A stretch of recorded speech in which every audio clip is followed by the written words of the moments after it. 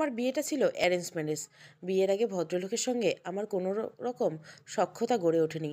সম্পূর্ণ অজ্ঞাত একটি মানুষকে আমি কবুল বলে নিজ জীবনের অংশ করে নিয়েছিলাম। জীবনের বদলটা হয়তো সেখান থেকেই। আমি সাদামাটা মধ্যবিত্ত পরিবারের অনুগত একটি মেয়ে। ভালো রান্না জানি, আবৃত্তি জানি, পড়াশোনায় ফার্স্ট সেকেন্ড হতে না পারলেও প্রথম সারিতেই থাকতাম। ভালো মেয়ের যত বৈশিষ্ট্য থাকা দরকার সবই কম বেশি ছিল।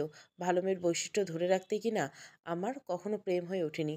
মনের মাঝে নিষিদ্ধ অনুভূতির অনুপ্রবেশ ভালো লাগা অবধি সীমাবদ্ধ ছিল, আর ছিল ভালোবাসার অপেক্ষা। একটি হালাল ভালোবাসা মোড়া স্বপ্ন মনের মাঝে বুনতে শুরু করেছিলাম ভালোবাসা বোঝার পর থেকেই। আমার মাধ্যমিক পাশ ব্যবসায়ী বাবাও অক্ষরজ্ঞানহীন সরল মায়ের তিন কন্যার বড়জন আমি। যথারীতি মেয়ে যৌবনে পদার্পণ করতে তাকে পাত্রস্থ করার চিন্তা শুরু হলো। ঠিক তখনই আমি অবগত হলাম এই সমাজে একজন ভালো মেয়ের চেয়ে সুন্দরীদের কদর বেশি। প্রথমবার পাত্রপক্ষের সামনে বসে আনকোড়া অনুভূতি, তখন আমি ভীত সন্ত্রস্ত। তখন একটা পুরুষ কণ্ঠ সহস্য বলেছিল, পানি খাবেন? আমি জড়থায়ী কণ্ঠ হতে শব্দ বের করতে হিমশিম খাচ্ছিলাম। তিনি তখন পানির গ্লাস এগিয়ে দিয়েছিলেন। ভরসা চোখে বলেছিলেন, আপনি সহজ হন, আমরা শুধু পরিচিত হব। লোকটির স্বতঃস্ফূর্ততায় আমায় মুগ্ধ করেছিল। মনে হয়েছিল কতদিনের চেনা। জানলাম ওনার নাম অভ্র। স্বভাবে মিশুক প্রকৃতির একজন মানুষ। অভ্র যাওয়ার সময় আমার হাতে একটা চকলেট ধরিয়ে দিয়ে বলেছিল, আমাদের পরিচয় সবে শুরু। অভ্রের মিষ্টি হাসির আশকারায় আমি কেন জানি লজ্জায় লাল হয়ে যাচ্ছিলাম। সেই অনুভূতি আমার জন্য নতুন ছিল। ছিল প্রস্ফুটিত পুষ্পের ন্যায় কোমল ও স্নিগ্ধ। কিন্তু সেই ফুল অকালেই ঝরে গেল দুদিন বাদে অভ্রদের বাড়ি থেকে আসা ফোনে। তারা জানালো আমাকে নয়, তাদের পছন্দ হয়েছে আমার ছোট বোন ঋতুকে। অভ্রদের আসার দিনে খেয়াল করেছিলাম অভ্রের মায়ের আমার চেয়ে আমার ছোট বোনের প্রতি আগ্রহ বেশি। আমার ইন্টার পড়ুয়া বোন ঋতু আমার থেকে 2 বছর ছোট। গায়ের রং উজ্জ্বল রজনীগন্ধার ন্যায় উজ্জ্বল। কৌশলের কোমলতায় তার মুখশ্রী অপার্থিব মুগ্ধতা। অন্যদিকে আমাকে গায়ের রং চাপা। ভালো মেয়েসুলভ গুণাগুলি সেই চাপা রঙের দেওয়াল ভেদ করে প্রকাশিত হতে পারছিল না যেন। সেই চাপা রঙের তীব্র অপমান প্রতিফলিত হয়েছিল কি না জানি না, কিন্তু বাবা আত্মীয় পরিচয়দের সঙ্গে আলাপ আলোচনা করে ঋতুকে অভ্রের সঙ্গে বিয়ে দিতে রাজি হয়েছিল। কারণ ছেলে বনেদি ঘর, বিরাট অর্থ সম্পদের মালিক, বাবা মায়ের একমাত্র সন্তান। এমন বাড়িতে মেয়ে বিয়ে দেওয়ার সুযোগ হাতছাড়া করা নিঘাত মূর্খামি। আমার বাবা মূর্খামি করেননি। মা আমার সহজ সরল আগেই বলেছি। আমার মনের অবস্থা টের পেয়ে ক্ষীণ প্রতিবাদ করতে চেয়েছিল। বড় মেয়েকে দেখতে এসে মেজো মেয়েকে পছন্দ করলো, এমন মানসিকতার মানুষের সঙ্গে সম্পর্ক তৈরি করা কি হবে? ঠিক হবে? আমাদের বেলির মনের অবস্থা একবারও ভেবে দেখবে না? বাবার রক্তনেত্রের সামনে মায়ের কথাগুলো কুয়াশার মতো ধোঁয়াটে হতে হতে মিলিয়ে গেল। অতঃপর যে অতিথিরা আমাকে দেখতে এসেছিল তারাই কয়েকদিন পর আবার ঘটা করে এলো আমার বোনকে দেখতে। ঋতু স্বভাবে ভীষণ জেদি। প্রথম প্রথম সে বিয়ে করবে না বলে প্রতিবাদ করলো, কিন্তু একগুঁয়ে বাবার সামনে সেও টিকতে পারল না। বাড়িতে থাকতে আমি সবচেয়ে বেশি স্বাচ্ছন্দ্য অনুভব করতাম। সেদিনের পর বাড়ির দেওয়ালগুলো যেন আমার অলক্ষ্যে উপহাস করা শুরু করলো। বাড়িতে থাকতে দম বন্ধ লাগে, হাঁসফাঁস করে বুকের আচ্ছাদনে নিবিষ্ট হৃদয়টা। অভ্রের মুখোমুখি হতে ইচ্ছে হয় একবার, সরাসরি জানতে ইচ্ছে হয়, এভাবে পরিচিত হতে চেয়েছিলেন আপনি? পরক্ষণে নিজেই বোঝাই, বিয়ে তো সারা জীবনের ব্যাপার। সকলের অধিকার আছে পছন্দের মানুষটিকে নিয়ে সারা জীবন কাটানো। অভ্রের জন্য হয়তো ঋতুই সঠিক। অভ্র আমার সঙ্গে কথা বলার চেষ্টা করেছিলেন অবশ্য, কিন্তু ততদিনে ওনার নামের আংটিটা ঋতুর আঙুলে উঠে গেছে। কাটা ঘায়ে আরেকটু নুনের ছিটা দিতে চাইনি বলে উপেক্ষা করে গেলাম। অভ্র দেওয়া চকলেট আমি না খেয়ে রেখে দিয়েছিলাম কেন জানি। ঋতুর সঙ্গে বিয়ের কথা এগোলে চকলেটটা ওকেই দিয়ে দিলাম। ঋতুর বিয়েটা অবশ্য সঙ্গে সঙ্গে হলো না। এমনিতে বড় বোনের গায়ের রং চাপা, তাকে রেখে যদি মেজোদের বিয়ে হয়ে যায় তাহলে মন্দ কর্তা উঠবে। তাকে নিয়ে মন্দ কথা উঠবে ঠিক ঠাহর করতে পারলাম না। তবে বুঝতে পারছিলাম আমার চেনা জানা সুখে আচ্ছাদিত জীবনটা ক্রমশ বদলে যাচ্ছে। সেই সঙ্গে দীর্ঘতর হচ্ছে অপেক্ষা, ভালোবাসার অপেক্ষা। আমরা তিন বোন একই ঘরে ঘুমোতাম। বিয়ে ঠিক হওয়ার পর ঋতুর মাঝে ধীরে ধীরে পরিবর্তন লক্ষ্য করলাম। মাঝরাতে অবধি ফিসফাস করে কথা বলা, কাঁথার ভিতরে আলো জ্বলে তমাচ্ছন্ন রুমটায় হুটহাট নৈশব্দ চুরমার করে ছড়িয়ে পড়ে ওর চাপা হাসির সুর। আমি অপরদিকে ঘাপটি মেরে পড়ে থাকি। নিজেই নিজেকে প্রশ্ন করি, আমি কি ঋতুকে হিংসা করছি? ছি ছি, এতটা ছোট মানসিকতা আমার না পেয়ে বসুক। এদিকে আমার বিয়ে নিয়ে পরিবারের চিন্তার অন্ত রইল না। পাত্রপক্ষ যেই গায়ের রঙকে ইতস্তত করলো, কেউ বা অর্থ সম্পদ দাবি করলো। যৌতুক দিয়ে বিয়ে আমি করব না। বাবার সামনে মুখ ফুটে এটুকুই প্রতিবাদ করছিলাম। বছরখানেক পেরিয়ে গেলে অভ্রদের বাড়ি থেকে তাড়া দিতে লাগলো। ঋতুটাও কেমন মুখ গোমড়া করে থাকে।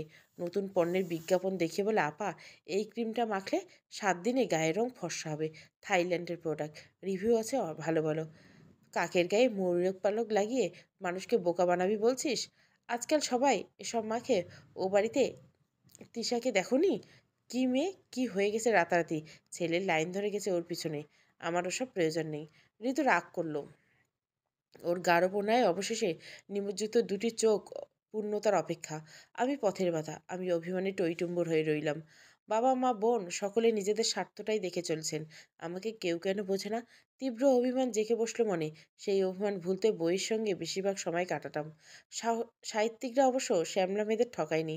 তারা শ্যামলা মেয়ে গাত্রের মেয়েদের বাহারি নামে ভূষিত করেন, লেখেন তাদের অপরূপ প্রেমের আখ্যান কিংবা ঘুরে দাঁড়ানোর গল্প।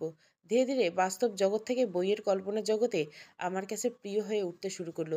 মাসখানেক বাদে আবারও একটা সম্বন্ধ এলো। তবে এবার ঘটা করে পাত্রী দেখা হলো না। মুরব্বী গোছের কয়েকজন মানুষ এসে আমায় দেখে গেলেন একদিন। দুদিন বাদে জানতে পারলাম ছেলেপক্ষে বিয়ের তারিখ দিতে আসবে। বাবা মা আকাশের চাঁদ হাতে পেয়ে গেলেন। বাড়ির খুশির জোয়ার বয়ে গেল। আমি চুপচাপ। পাত্রের ছবি দেখার ইচ্ছে হলো না। শুধু জানলাম ভদ্রলোকের নাম আসিফ, পেশায় ব্যাংকার। অসুস্থ মাকে দেখাশোনা করতে এত তাড়াহুড়ো বিয়ে। কোনো দাবি দেওয়া নেই তাদের। শূন্য। বিশেষ কিছু বললাম না। বাবা আমার মতামত নিয়ে মাথা ঘামালেন না। পরের শুক্রবার বিয়ের দিন ঠিক হলো। মাঝে একদিন ভদ্রলোক আমায় ফোন করলেন। স্পিকারে ভেসে আসা গুরুগম্ভীর স্বরে কি যেন একটা ছিল। আমি এলোমেলো হয়েছিলাম। তিনি জানতে চেয়েছেন আপনি দেনমোহর কী চান? বই। আর? শুধু বই। তিনি মেনে নিলেন। আমার পছন্দের বইয়ের লিস্ট চাইলেন। খুঁতখুঁতে মনটাকে দমাতে না পারে ফট করে জিজ্ঞাসা করে বসলাম, আপনি আমাকে দেখেছেন? দেখেছি। আমাকে পছন্দ হয়েছে আপনার? ওপাশ থেকে স্মিত হাসির আওয়াজ এসেছিল নাকি নিঃশ্বাসের আওয়াজ বুঝতে পারিনি। তিনি পাল্টা জিজ্ঞাসা করলেন, আপনি আমাকে দেখেছেন? হুম।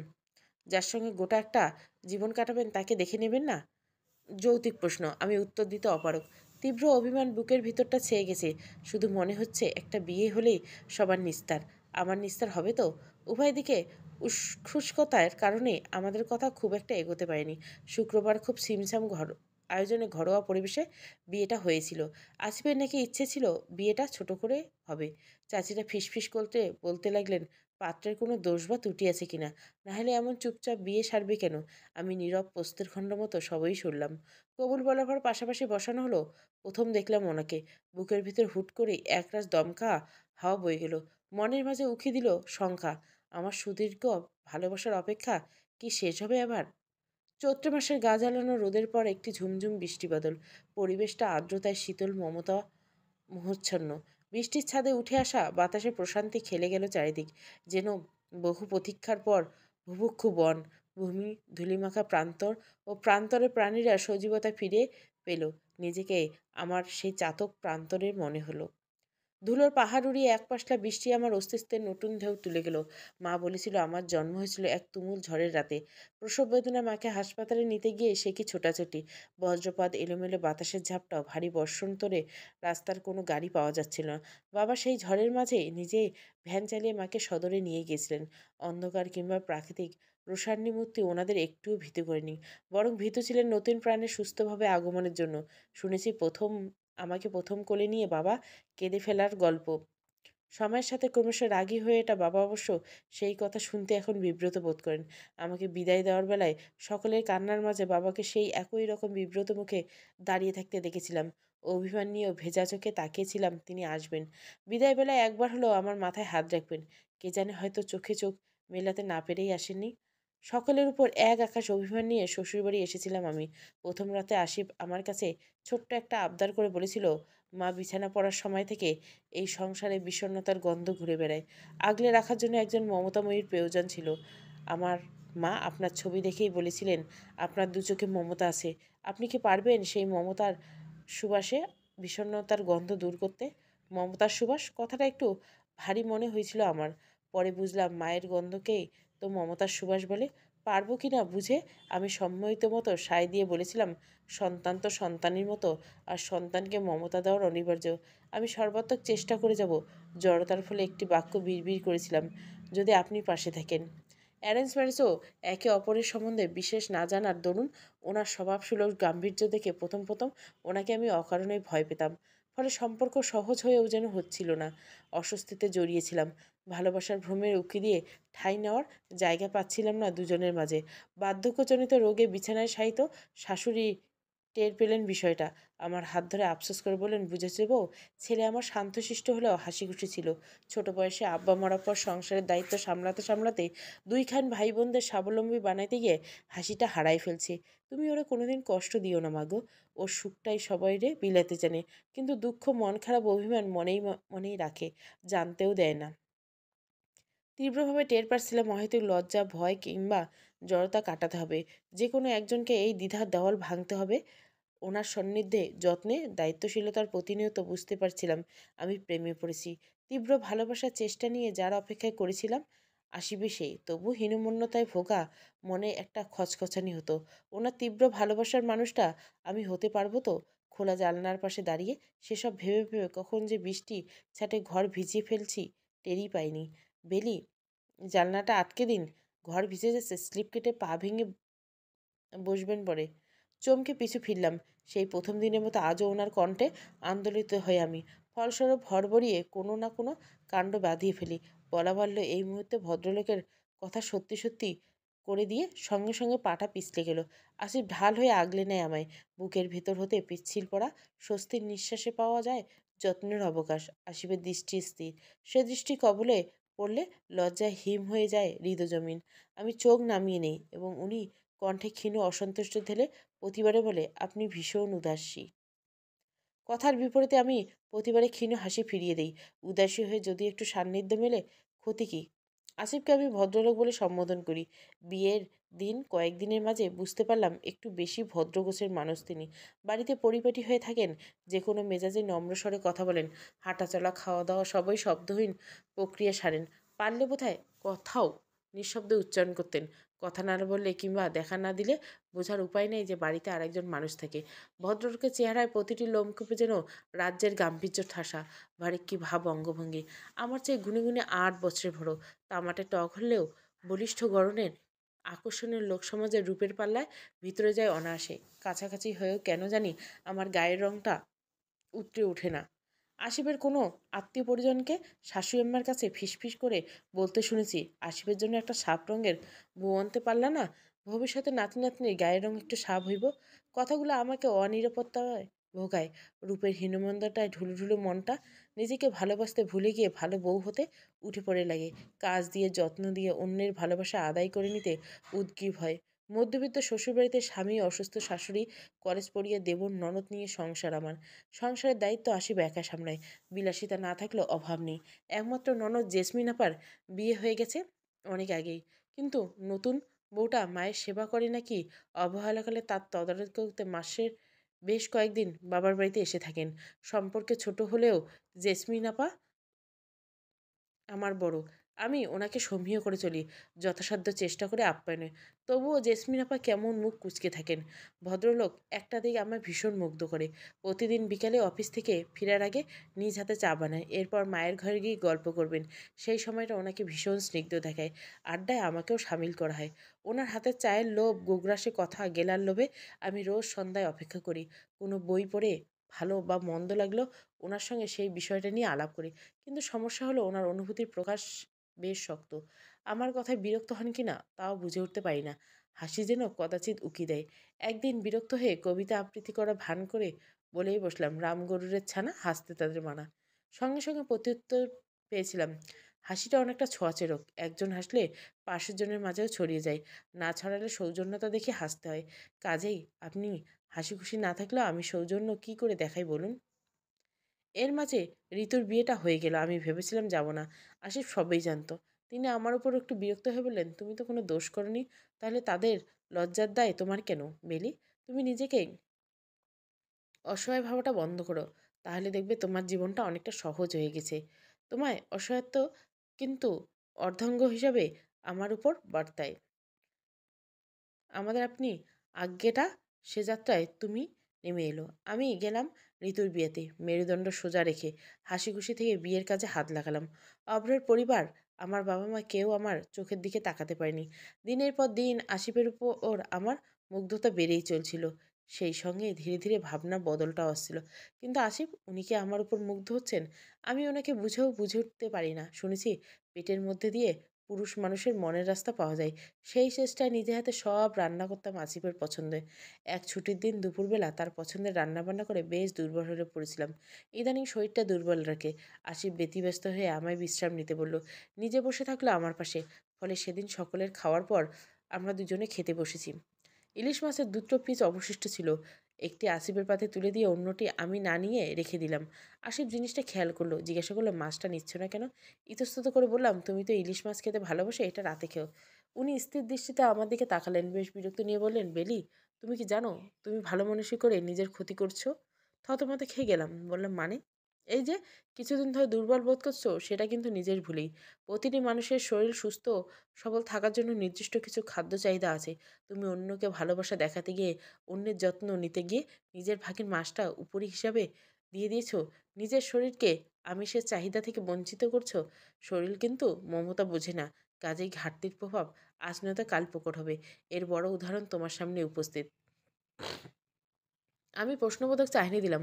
উনি আবারও বলতে লাগলেন, আমার মাকে দেখেছিস তো? এই মানুষটা সারা জীবন নিজের পাতের মাছ, ডিম, মাংস আদর করে আমাদের জন্য তুলে রাখতেন। খাবারে কম পড়লে নিজে একবেলা কম খেতেন, তবু আমাদের পেট ভরা চাই চাই। বলতেন আমরা খেলে নাকি মায়ের খাওয়া হয়ে যায়। আমাদের তৃপ্তিতে ওনার তৃপ্তি। সেই তৃপ্তির ফল কিন্তু এই বয়সে এসে হাড়ে হাড়ে টের পাচ্ছেন। কি এমন বুড়ো হয়েছেন মা, অথচ বিছানা থেকে উঠতে পারেন না? রোগ প্রতিরোধের ক্ষমতা দেহে একদম নেই। 3 বেলা মুঠো ভরে মেডিসিন নিচ্ছে। ছেলে বউদের সঙ্গে বসে ভালো মন্দ খেতে পারে না। হজম শক্তি একেবারে দুর্বল। শরীরে নিত্য প্রয়োজনীয় পুষ্টি মতো অনেক বিলিয়ে নিজে পেয়েছেন দুর্বলতা, অবসাদ, রোগবালাই। এখন আফসোস করা ছাড়া কিছুই করা নেই। ভালোবাসা শুধু নিজের জিনিসকে অন্যকে দেওয়ার মাঝে থাকে না, আরও অনেকভাবে ভালোবাসা দেখানো যায়। তুমি যদি নিজেই ভালো না থাকলে, তাহলে আমাদের যত্ন করবে কিভাবে? আমাদের ভালোবাসতে হলে তোমার আর নিজেকে সুস্থ সবল রাখা উচিত। আমি মুগ্ধ হয়ে তাকিয়ে রইলাম। উনি নিজের মাছের পিসটাকে মাঝখান থেকে ভেঙে আমার পাতে দিতে দিতে বললেন, তোমার স্বামীর সামর্থ্য না থাকলে একটা পিস প্রয়োজনে দুজন ভাগ করে খাবো। এতে আমার কিছু কম না পড়লো না। তুমি আহামরি বেশি খেয়ে ফেললে না, বরং শেয়ার করলে কেয়ার বাড়ে। এটা কি ভালোবাসার অংশ হতে পারে না? পারে। নিজেকে ভালোবাসো বুঝলে তোমার অযত্ন কিংবা ঘুরে ফিরে আমার ভবিষ্যতের জন্য ক্ষতিকর, সেটা আমি মোটেও সহ্য করতে পারবো না। কথাগুলো বলতে গিয়ে লোকটির ঠোঁটের কোণে একটা চোরা দুষ্টু হাসি উকি দিল। আমার কান গাল গরম হয়ে উঠল। প্রত্যুত্তরে কিছু বলতে পারলাম না, কিন্তু কথাগুলো আমায় নতুন করে ভাবালো।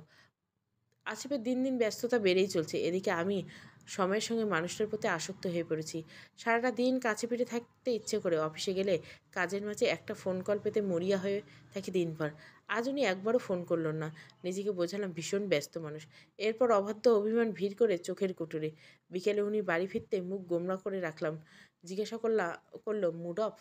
আমার আবৃত করা গুণটা এক্ষেত্রে মোক্ষম অস্ত্র। উদাসী হয়ে সুর দিয়ে বললাম, আষাঢ়ি মেঘ একলা ভীষণ, বর্ষণ বুঝি নামে চোখের ধারে। তবে আজ বৃষ্টি বিলাস হোক তোমার ওই চোখের কিনারে। সর্বদা ভেবেছি আমি ভীষণ ধীরস্থির স্বভাবের একজন মেয়ে। এ নিয়ে কিঞ্চিত গর্ব ছিল। বিয়ের পর সেই গর্ব আমার চূর্ণ হয়ে গেল। নিজেকে প্রতিনিয়ত আবিষ্কার করতে লাগলাম অধৈর্য এবং অস্থির রূপে। আমার এহেন দুরবস্থার জন্য দায়ী আসিফ। ভদ্রলোকের মাঝে কী এমন চৌম্বকীয় আকর্ষণ আছে যা আমি এড়িয়ে পারি না? আমার নির্লজ্জার মতো জড়তাও পারি না। শুধু ভেতরে ভেতরে দগ্ধ হই, গুমড়ে মরি। আসক্তির যে কতটা ভয়ঙ্কর তা হাড়ে হাড়ে টের পাচ্ছিলাম। আশিফ আমায় এড়িয়ে যায় বিষয়টা তেমন নয়। মাঝে মাঝে টের পাই ওই শীতল চোখ দুটো আমায় খুঁজে অস্থির হয়ে সান্নিধ্য পেতে মরি হয়।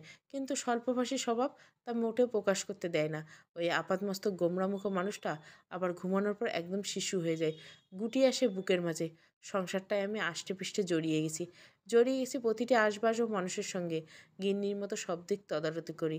শাশুড়ি খাওয়া থেকে শৌচকর্ম সব নিজেই করি। আমার ননদ আপাতত আমাদের সঙ্গে আছেন। তার 5 বছর ছেলেটা ভীষণ জেদি স্বভাবের। মুখ ফুটে একবার যা বলবে তা না পাওয়া অবধি শান্ত হবে না। এমনকি অন্যকে আঘাত করতেও ছাড়ে না। একদিন রাগে হাত পা ছুটতে ছুটতে সে আমার দিকে কাচের বাটি ছুঁড়ে মেরেছিলেন। লেগে চোখ ফুলে উঠছিল। আসিফ জানতে পেরে জেসমিন আপাকে জিজ্ঞাসা করলো। আপা আমাকে বাঁকা চোখে দেখে বললেন, বাচ্চা ছেলে একটু দুষ্টুমি করতে গিয়ে ভুল করে গায়ে লাগিয়ে দিয়েছে, এতে বিচার দিতে হলো? আসিফ হিমশীতল কণ্ঠে বললেন, বাচ্চা ছেলে না হয় ভুল করেছে, তুই কি সেই ভুলটা শুধরে দিয়েছিস? শাসন তো কম করি না, জানোই তো ওদের কুষ্টি কেমন বদমেজাজি। রক্তের ধারা ছেলেও পেয়ে বসেছে, একদম কথা শুনতে চায় না। কোনোদিন যদি বাটি ছুঁড়ে মারামারির জায়গায় ছুরি মারে, তখন কি এই গোষ্ঠীর যুক্তি খাটবে জেসমিন? ভাইয়ের কণ্ঠে উত্তাপ পেয়ে জেসমিন আপা ভড়কে গেলেন। তুতলে বললেন, তা হতে যাবে কেন? এমন ছোট ছোট জেদ আশকারা পেয়ে একদিন বড় কিছু ঘটিয়ে ফেলবে। বাচ্চার কেমন আচরণ হবে সেটা এই বয়সে নির্ভর করে প্যারেন্টসের উপর। স্নেহ অন্ধ হয়ে ছেলেকে ভুল গুলো রক্তের তেজ গোষ্ঠীর নাম দিয়ে গ্লোরিফাই করছিস তুই। এটা ভুল নয়, দোষ। আর দোষটা তোদের প্যারেন্টসিংয়ের। জেসমিন আপা সেদিন ছেলেকে নিয়ে বাড়ি ছিলেন। আমাকে হিসে বলে গেলেন, আস্তে না আস্তে ভাই বোনের মাঝে ফাটল ধরাতে উঠে পড়ে লেগেছো। রূপ তো নেই, কি দিয়ে বশ করেছে ভাইয়াকে? নিশ্চয়ই ইমোশনাল ট্র্যাপে ফেলে সাদাসিধে ভাইয়াকে দুর্বল করেছে নিজের প্রতি। তাই তো বলি, আমার ননদের মতো অপরূপ মেয়েকে উপেক্ষা করে আমার যোগ্যতা সম্পন্ন ভাইয়া কেন তোমাকেই বউ করলো? মোহ কেটে গেলে দেখবে কিভাবে ধরে রাখো এসব। তীক্ষ্ণ বাক্য বেনে আমি আহত হলাম। জেসমিন আপার ননদে চোখ ধাঁধানো রূপ উপেক্ষা করা যে কোনো পুরুষের কাছে কষ্টসাধ্য।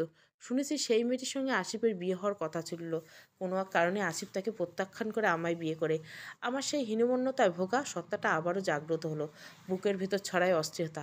আসিফ আদৌ আমাকে ভালোবাসে তো, নাকি আমি শুধু তার মোহ, কিংবা অসুস্থ শাশুড়ির জন্য পার্মানেন্ট টেক কেয়ার? আসিফের কাছে উগরে দিলাম সকল শঙ্কা। জানতে চাইলাম, আমাকে কেন বিয়ে করলে? আদৌ কি সে আমায় ভালোবাসে, নাকি দয়াকে ভালোবেসে মূর্খের স্বর্গে বাস করেছি আমি? আসিফকে আমি প্রথমবারের মতো ভয় পেলাম সেদিন। জানলাম রেগে গেলে ওর চোখ লাল হয়ে যায়। দৃষ্টির ধার সহ্য করা কষ্টকর। আসিফ ভর্সনা করে বলল, ধরো একদিন তোমার স্বামী তোমাকে ছেড়ে গেল, কি করবে? মানে যা এলো ভাবনা চিন্তা ছাড়াই তড়িৎ উত্তর দিলাম, মরে যাব। আসিফ দূরত্ব মেটালো, ঘনিষ্ঠ হয়ে দাঁড়িয়ে শক্ত হাতে চেপে ধরল আমার চোয়াল। আক্রোশে উচ্চস্বর উচ্চারণ করলো, অবলা নারী! ভালোবাসা ভালো, তবে অন্ধ ভালোবাসা ভয়ঙ্কর। স্বামী ছেড়ে যাবে আর তুমি সেই মানুষটার জন্য প্রাণ দিয়ে দিবে? নিজের প্রতি সামান্যতম ভালোবাসা, আত্মমর্যাদা নাই? প্রাণটা এতটাই ঠুনকো? আমি বিভ্রান্ত নিয়ে তাকাই, ভাবনার অধঃপতনে নত হয়ে নেত্র। আসিফ আবারও বলে ওঠে, বেলি, নিজেকে ভালোবাসতে শেখো। অন্যের ভালোবাসা তুমি তখনই অনুভব করতে পারবে যখন নিজেই নিজেকে ভালোবাসতে পারবে। হীনমন্যতা ভুগে অন্যের মন রাখার চেষ্টা করে তুমি কোনোদিন সুখী হতে পারবে না। আমি দূরে না গেলেও তোমার এই মানসিকতা তোমায় ধীরে ধীরে মেরে ফেলবে। তুমি আজ আমায় পুরোপুরি হতাশ করলে। একরাশ হতাশা নিয়ে ও চলে গেল। এরপর সময়গুলো আমার জন্য দুর্বিষহ ছিল। ভাবনার দরজায় সজোরে আঘাত লেগেছিল কিনা, সারা জীবন ভালো মেয়ে হয়ে থাকার চেষ্টায়, অন্যকে খুশি রাখার চেষ্টায় আমি কখন যে নিজেকে ভালোবাসতে ভুলে গেছি খেয়াল করিনি। আমার পরিবার, নির্ভরশীল মনোভাব এবং নিজেকে দুর্বল ভাবাই হয়তো এর জন্য সবচেয়ে বেশি দায়ী ছিল। নিজের প্রকৃত সত্তাকে আবিষ্কার করলাম অসহায় রূপে, যে কিনা আমার এই ভালোবাসার অভাবে উম জীর্ণতায় ভুগছে বছরের পর বছর। এরপর ২ দিন আসিফ কথা বলল না আমার সাথে, দূরে দূরে থাকলো। তার অনুপস্থিতিতে ৪৮ ঘন্টায় প্রতিটা মুহূর্তে আমায় স্মরণ করে দিচ্ছে মানুষটার মুখ ফুটে না বলে আমায় কতটা ভালোবাসা বিলিয়েছে, কতটা যত্ন নিয়েছে। আর আমি কিনা সেই ভালোবাসায় সন্দেহ প্রকাশ করছি। যে আমায় আলো দেখালো তাকেই আমি দুঃখ দিলাম। মরমে মরে যাচ্ছিলাম প্রতিটা মুহূর্ত। দূরত্বের ভার বইতে না পারে ছুটে গেলাম ওর কাছে। কান্না ভিজিয়ে কাটি করে ভিজিয়ে দিলাম বুক। পাষাণ নরম হলো। আমায় আগলে নিয়ে জানালো সেই সূক্ষ্ম শব্দ, যা আমার সকল দ্বিধা, জড়তা, হীনমন্যতা এক নিমেষে দূর করে দিল। জানো বেলি, আমার জীবনে দেখা সবচেয়ে সুন্দর মানুষটা আমার মা। গাত্রবর্ণ হিসেবে তিনি শ্যামলা হলেও আমার কাছে ভুবন মোহিনী। মাকে সবসময় বলতাম, আমার এমন কাউকে চাই যার মাঝে আমার মায়ের ছায়া থাকবে। মায়ের মতো মমতা তার দুটো চোখে থাকবে। মেয়েরা যেমন স্বামীর মাঝে বাবার ছায়া খোঁজে, ঠিক তেমনই। তোমাকে দেখে আমি চমকেছিলাম। ওই দুটো চোখের নমনীয়তা, শ্যামলতাকে লত্তানো কোমলতা আমাকে থমকে দিয়েছিল। দ্বিতীয়বার ভাবিনি। মাকে বলেছিলাম, এই মেয়েটাই বোধহয় যে, যার জন্য আমার মায়াকাতর সংসারটা অপেক্ষা করছে। ওকে আমার চাই চাই। এরপর আর কোনো জড়তা ছিল না দুটো প্রাণের মাঝে। আমি পা এগোলে বিনিময়ে ও দুপা এগিয়েছে। সেই রাতে আমরা সর্বাঙ্গে যেন ভোরের পবিত্র শিশির শুয়ে গেছিল। নিজেকে ভালোবেসে ওর প্রতি ভালোবাসা দ্বিগুণ হয়েছিল। ভালোবাসার মাঝে হুট করে ঋতু আমার শ্বশুরবাড়িতে এসে হাজির। আমাকে জড়িয়ে ধরে বিস্তর কান্নাকাটি জুড়ে দিল। জানতে পারলাম শ্বশুরবাড়িতে অশান্তি হয়েছে। শাশুড়ি হাজারটা আদেশ নিষেধ হাতের মধ্যে রেখেছে। এদিক থেকে ওদিক হলে বাঁকা চোখে তাকাচ্ছে। এদিকে খোলা আকাশে মুক্ত বিহঙ্গটা সংসারের জটিলতায় পড়ে হাঁসফাঁস করছে। ঋতু বাবার বাড়িতে ভীষণ যত্ন ও স্বাধীনতায় বড় হয়েছে। জল পর্যন্ত খায়নি। কৌশলের রঙিন ও নির্ভরতায় মনকে বাস্তবতায় রূঢ়তায় স্পর্শ করেনি কখনো। সেই নির্ভর মনটা বিয়ের পর সংসারের দায়িত্ব, কর্তব্য, বাস্তবতার মাঝে পড়ে দিশেহারা অনুভব করছে। একসময় প্রণয়গারতা উজ্জ্বল মুখখানা কেমন ফিকে দেখে। অভ্রতাকে বোঝাতে দেয়, শাসন করে। জেদি ঋতু দেখা যায় পাল্টা উত্তর দিয়ে যায়। যথারীতি তর্ক লেগে যায়। গতকাল সেই তর্ক চরম পৌঁছলে ঋতু রাগ করে বাবার বাড়িতে গিয়েছিল। মাও ওর দোষ ধরে জামাইয়ের পক্ষ টেনে শ্বশুরবাড়ি ফিরতে বললেন। রাগে দুঃখে অসহায়ত্ব মেয়েটা ঘুরে ফিরে আমার কাছে এসেছে। সেই সূত্রে আজ প্রথমবারের মতো অভ্রের ফোন এলো আমার কাছে। হ্যালো, বেলি বলছেন? জি। আপনি নিশ্চয় অভ্র? অপর পাশের মৌনতায় অস্থির বিস্তার হতে ফোন নিশ্চিত হলাম অভ্রই ফোন করছে। কথা বলতে আমার ইতস্তত লাগছিল। সঙ্গে সঙ্গে আসিফের বলা কথাটা মনে পড়ল। আমি কোনো ভুল করিনি, কাজে অন্যের সংকোচের দায় আমার নয়। গলা ঝেড়ে বললাম, আপনি চিন্তা করবেন না অভ্র ভাই, ঋতু আমার কাছে আছে। অভ্র একটু সময় চুপ থেকে অভিযোগের সুরে বলতে লাগলো, আপনার বোনটার একটু বোঝান। বাচ্চাদের মতো জেদ ধরে তাকে সব কিছুতে সংসার সব দায়িত্ব বলে বলে করাতে হয়। সামান্যতম ম্যাচিউরিটি নেই, রেসপন্সিবিলিটি নেই। বিয়ের আগে তো জানতেন আপনি একজন কিশোরীকে বিয়ে করছেন। একটা বছর তার সঙ্গে প্রণয়ের সম্পর্ক রেখেছেন। তখন যেহেতু বাচ্চা ভেবে আশকারা দিয়েছেন, তাহলে এখন মুরব্বীদের মতো ম্যাচিউরিটি খুঁজছেন? অভ্রপদায় এতটা শক্ত আচরণ আশা করেনি। আমার মা আবার জামাইয়ন্ত প্রাণ। তোর জামাই করলো দায়টা? মেয়েকে মুখ বুঝে মেনে নিয়ে স্বামীকে মান্য করে চলতে হবে। মা নিজেও সর্বদা বাবার সামনে নিচু হয়ে থেকেছেন। তাই ঋতু সদ্য গড়ে ওঠা সংসারের জটিলতায় মা একই ফর্মুলা খাটাতে চেয়ে নিজের মেয়েকেই মানিয়ে নিতে জোর দিচ্ছিলেন, যার পরোক্ষ আশকারা পেয়ে পাচ্ছিল শ্বশুরবাড়ির লোকরা। অভ্র বললেন, সময়ের সঙ্গে তো মানুষের ম্যাচুরিটি গ্রো করে, সিচুয়েশন বুঝে আচরণ করে। ঋতুর মাঝে সেসব বালাই নেই। সময়ের সঙ্গে ম্যাচুরিটি আসবে, কিন্তু প্রশ্নটা হলো আপনি কি ওকে সময়টা দিয়েছেন? উপযোগী পরিবেশ বা ভরসা দিয়েছেন? বিয়ের আগে প্রেমের আলাপ করতে যেভাবে সময় দিয়েছেন, বিয়ের পর সংসারের আলাপ কি একই সময় ব্যয় করছেন? বলতে বলতে হঠাৎ রেগে গেলাম আমি। জমে থাকা ক্ষোভের কীটগুলো যেন শেকল ভেঙে বেরিয়ে আসতে চাইছে। জানতে অভ্র উত্তর দিতে ব্যর্থ। আজকে নিজেকে নিবারণ করতে পারলাম না।